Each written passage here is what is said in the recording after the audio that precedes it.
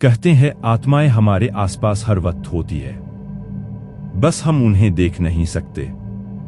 लेकिन अगर चाहो तो उन्हें देखने के लिए किसी भूतिया जगह या कहीं हॉन्टेड प्लेस जाने की जरूरत नहीं होती। वो हमारे आसपास ही महसूस हो जाएंगे। आत्मा मृत्यु के बाद अगर जन्म लेती है तो वह मरने के बाद भटकती क्यों है? उसका जवाब है इच्छा। अगर मरते वक्त इंसान की किसी प्रकार की इच्छा अगर अधूरी रह जाती है तो उस इच्छा की पूर्ति के लिए उसकी रूह भटकती है। अब आपके मन में शायद सवाल आया होगा कि क्या आत्मा खतरनाक होती है? तो मैं कहूंगा कि यह बात निर्भर करती है कि उस आत्मा की किस प्रकार की इच्छा अधूरी रह गई है और उसे किस तरह मौत आई या फिर उसकी अकाल मृत्यु हुई। उदाहरण के लिए समझे तो अगर किसी इंसान प्यार में धोखे से मारा है तो उसकी आत्मा भयानक और नफरत से भरी ही होगी। और अगर किसी माता व पिता की अकाल मृत्यु हो गई तो वह अपनी संतान को सुखी देखने के बाद ही मुक्त होगी। तो इंसान से लेकर आत्मा तक सभी की इच्छाएं होती है। तो अभी मैं जो कहानी इस चैनल पर दिखा रहा हूं कुछ ऐसे ही आत्मा की कहानी है जो अपनी इच्छा को पूरा करने के लिए भटक रहा है।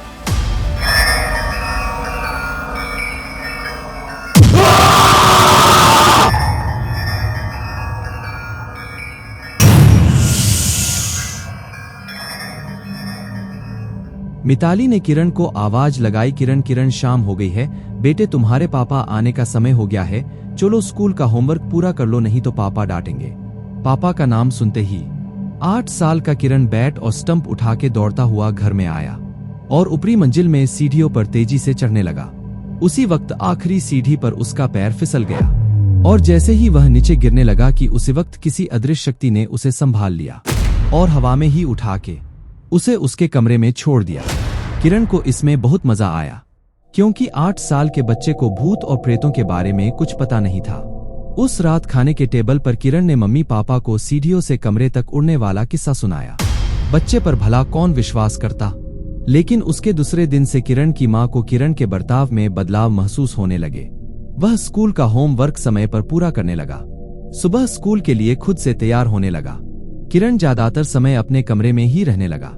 एक दिन मिताली सीढ़ियों से ऊपर आ रही थी, तभी उसे किरण के कमरे से आवाजें आने लगी जैसे कि वह किसी के साथ मस्ती कर रहा हो। मिताली ने दबे पैरों से जाकर दरवाजे के होल सुराग से देखा तो डर के मारे उसकी सांस फूलने लगी क्योंकि एक आदमी की धुंधली सी परछाई बालकनी के पास खड़ा था और उसके बाजू में किरण उसका हाथ पकड़ के खड़ा था। उस आदमी ने जब पीछे मुड़ के देखा तो मिताली डर से दहल उठी क्योंकि उसका चेहरा बड़ा ही भयानक था। उस पर गहरी चोट के निशान थे। देखते ही देखते वह आदमी कुछ ही पलों में हवा में गायब हो गया। फिर मिताली दरवाजा खोल के दौड़ती हुए आई और किरण को सीने से लगा के बाहर की तरफ भागी। जब मिताली ने किरण से पूछा कि वह आदमी कौन था, तब किरण ने कहा वह विश्वास अंकल थे। वो रोज मेरा ध्यान रखते हैं, कभी कभी मेरे साथ स्कूल में भी आते हैं। मैंने आपको बताया था ना, उस दिन एक अंकल मुझे सीढ़ियों से हवा में उड़ाते हुए कमरे में ले गए थे। यह वही है विश्वास अंकल। ये नाम मिताली को कहीं देखा सा लग रहा था पर उसे याद नहीं आ रहा था, पर इन सब से उसे डर भी लग रहा था। पर तसल्ली इस बात की थी कि उस आत्मा ने किरण को अब तक कोई नुकसान नहीं पहुंचाया था।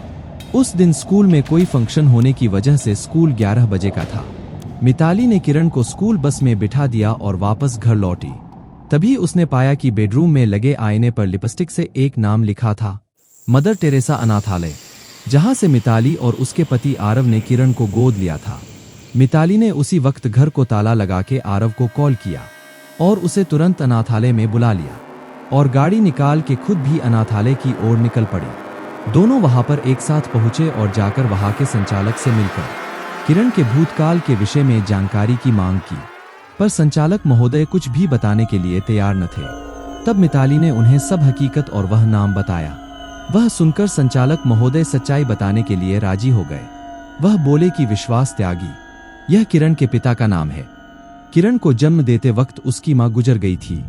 उसके बाद उसके पिता ने ही उसे पाला, पर बदकिस्मती से एक कार एक्सीडेंट में उनकी भी मौत हो गई। किरण भी उसी कार में था, पर वह किस्मत से बच गया था। लेकिन सिर पर गहरी चोट लगने की वजह से उसकी यादें मिट गई है। जब किरण के किसी भी रिश्तेदार ने हमदर्दी नहीं दिखाई, तब कोर्ट उसकी जिम्मेदारी हमें सौंपी। उसके बाद हमें भी बहुत बार ऐसा महसूस हुआ कि किरण का हिफाजत कोई रूहानी ताकत कर रहा है, पर उस रूह ने उसे कभी नुकसान नहीं पहुंचाया। यह बात भी सच है। सारी बात ठीक से समझने के बाद मिताली और आरव जब घर पर लौटे और जब वह बेडरूम में बैठकर बातें कर रहे थे, तभी उनके सामने ही वहां के आईने के पास रखी एक लिपस्टिक हवा में उठी और आईने में लिखा, मेरे किरण को पढ़ा लिखाकर एक अच्छा इंसान बनाना, यही मेरी आखिरी इच्छा है। उसके बाद खिड़की के पास एक धुंधली सी आकृति दिखाई दी और एक आवाज सुनाई दी, मैं हमेशा किरण के आसपास रहूंगा। इस आवाज के साथ वह आकृति अदृश्य हो गई। आपको ऐसी कहानी में दिलचस्पी है तो इस चैनल को सब्सक्राइब कर ले, ताकि आपको नई नई कहानी हमेशा मिलती रहे।